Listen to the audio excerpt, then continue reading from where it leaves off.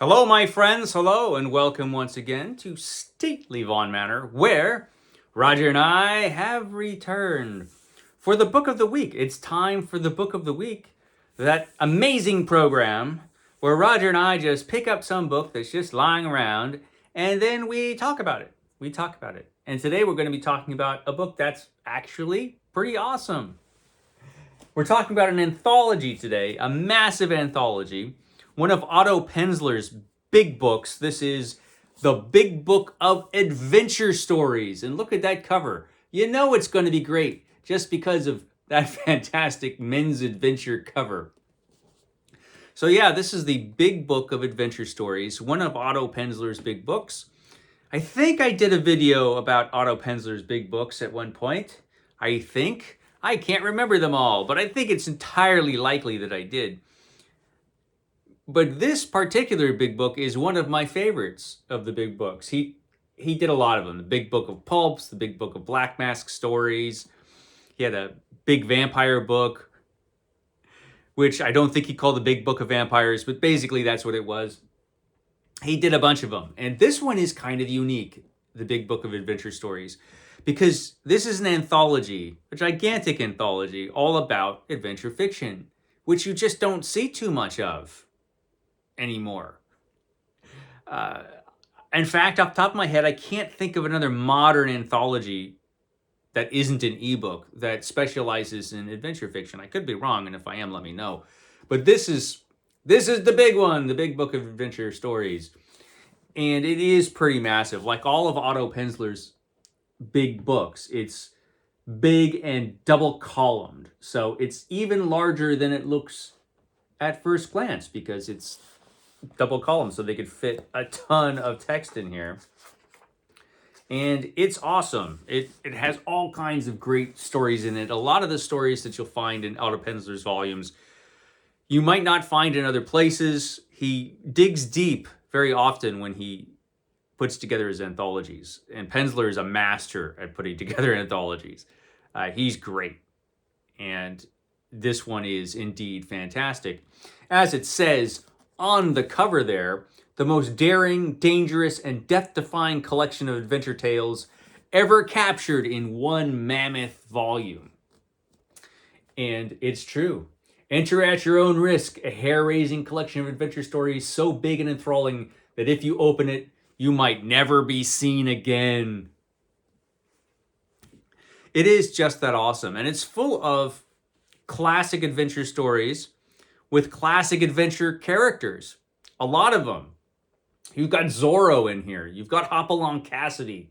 You've got Conan, of course. Conan the Barbarian. Robert E. Howard's immortal character is in here. And this has an entire novel of Tarzan. Which Tarzan novel is it? Tarzan the Terrible, which is a good book. And this anthology is so gigantic that they could just put the whole novel, Tarzan the Terrible, in the book.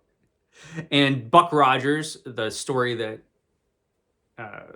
Buck Rogers first appeared in, is in here. So, all kinds of characters. The spider. So, yeah, it's full of great stuff. And great adventure writers. So, of course, we have Robert E. Howard and Edgar Rice Burroughs. Of course, we have those guys. But we also have Rudyard Kipling, H.G. Wells, Jack London, O. Henry, H. Rider Haggard, of course, because Alan Quatermain has to appear in a volume like this. So it's just packed full of great adventure writers. Some you've never heard of, and it's divided up into different sections, as all of his big books are. And let me take a look at that. Yeah, so it's divided up into different sections. We've got Sword and Sorcery starts it out. So Sword and Sorcery, my very favorite subgenre of all time, starts off the book. It looks like. Does it? Yeah, it starts off with Sword and Sorcery. So it starts off with a story called The Golden Snare by Farnham Bishop and Arthur Gilchrist Brosier, which is pretty good.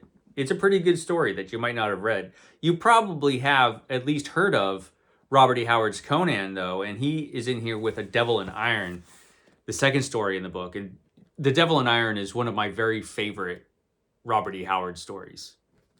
Robert E. Howard Conan stories. It's a good one. It's not his best, but it's pretty darn good. And so, yeah, that was a good one to choose.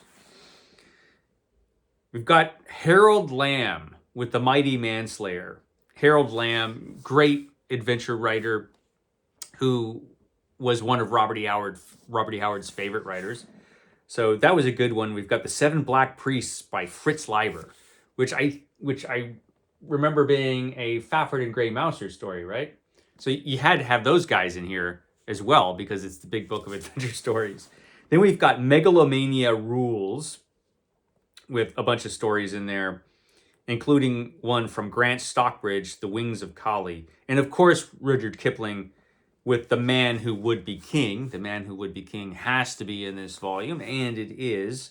We've got Man versus Nature as a section with The White Silence by Jack London. Of course, we have to have the master of classic adventure, Jack London. You can't have a Man versus Nature section without Jack London. It's impossible. Interestingly, we also have The Seed from the Sepulchre by Clark Ashton Smith.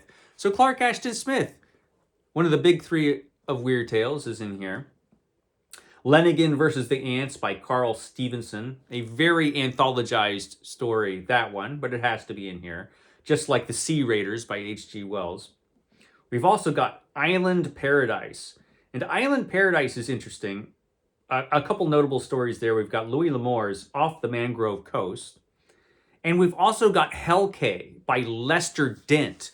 Lester Dent, who will be more familiar to readers of Doc Savage. One of the greatest pulp characters ever. Well, Lester Dent makes his adventurous appearance in here with Hellcay, with another character. Then we've got Sand and Sun with, desert adventures. Talbot Mundy with The Soul of a Regiment makes his appearance there. Also, Ahmed Abdullah, The Soul of a Turk. Ahmed Abdullah was a popular pulp writer, and a bunch of others. We've got Something Feels Funny with humorous stories. Philip Jose Farmer shows up there. We've got some Westerns in Go West, Young Man. And that's where we have Zorro Deals with Treason. Zorro shows up in that section by Johnson McCulley.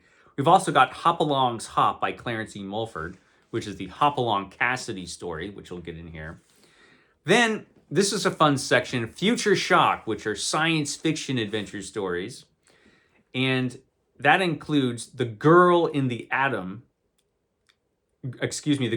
Golden Atom by Ray Cummings. To Serve Man by Damon Knight is in there. And that's an odd choice, as I never felt that was adventure. But it was a good story, so okay. But then we've got Armageddon 2419 AD by Philip Francis Nolan, which is the story where Buck Rogers first makes his appearance. Then we've got Spy Stories. I Spy is the next section. Alistair MacLean is in there with McHenry and the Cauliflowers. The Baroness Ortsey, A Question of Passports, because the Scarlet Pimpernel has to make an appearance in the Big Book of Adventure Stories. Then we have an interesting section, which I remember raising an eyebrow at. This is not, by the way, a politically correct volume, as it makes clear. So we have a section called Yellow Peril. Yellow Peril. And Yellow Peril stories, if you are unaware, were the kinds of stories that were very popular in the olden days, up through the 1930s at least, which were all about they're all about the anxiety of Europeans who were afraid that the Chinese would take over the world.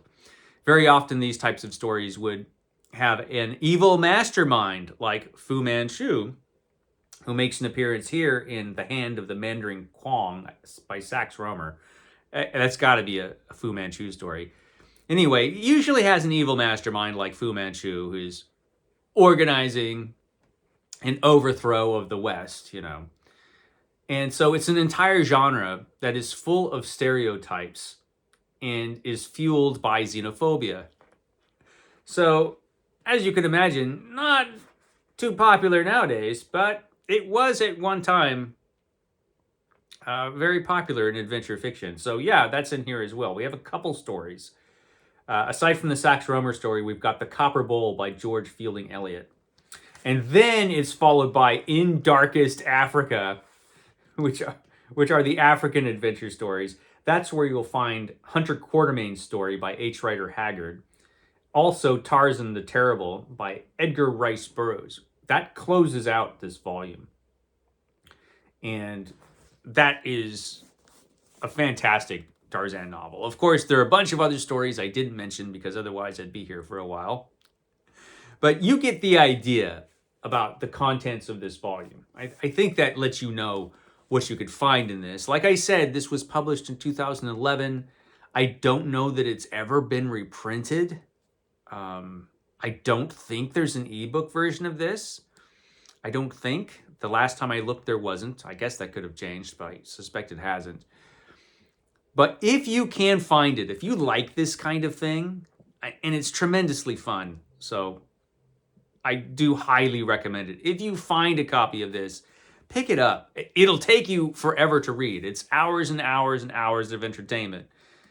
It's enormously fun. It's one of my favorite big books. So there you go. The Big Book of Adventure Stories, edited by Otto Penzler. It's amazing. Okay, guys, I will see you next time.